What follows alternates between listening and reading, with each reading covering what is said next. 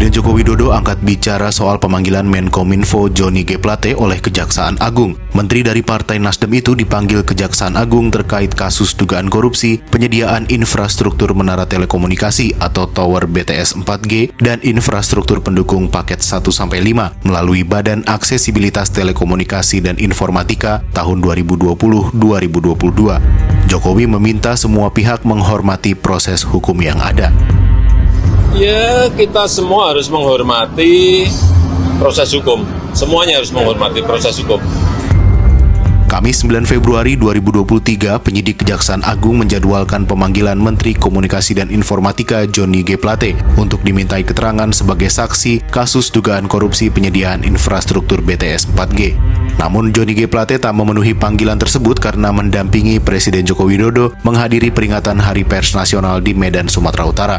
Ketidakhadiran Johnny G. Plate dalam pemeriksaan pun telah dikonfirmasi pihak Kejagung. Kejagung menyebut Johnny telah mengirimkan surat terkait alasan ketidakhadirannya dalam pemeriksaan sebagai saksi di Kejagung hari ini.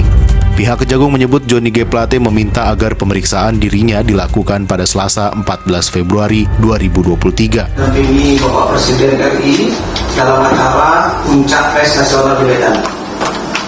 Yang kedua, mewakili pemerintah dalam rapat kerja dengan Komisi 1 DPR RI yang diagendakan penjelasan pemerintah terhadap rancangan undang-undang tentang perubahan kedua Undang-Undang 11 2008 tentang informasi dan transaksi elektronik dijadwalkan pada hari Senin tanggal 13 Februari 2023 pukul 13.00.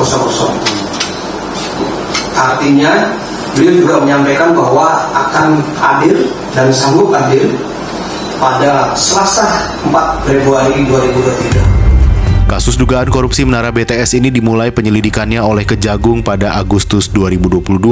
Saat itu Kejagung menerima adanya laporan mengenai dugaan tindak pidana dalam proyek BTS 4G. Adapun proyek tersebut bertujuan untuk mendukung aktivitas masyarakat yang tengah beralih ke daring pada pandemi COVID-19 lalu. Dalam proyek itu tercatat lebih dari 4.000 titik yang akan dibangun menara BTS, di mana lokasinya berada di wilayah terluar dan terpencil Indonesia.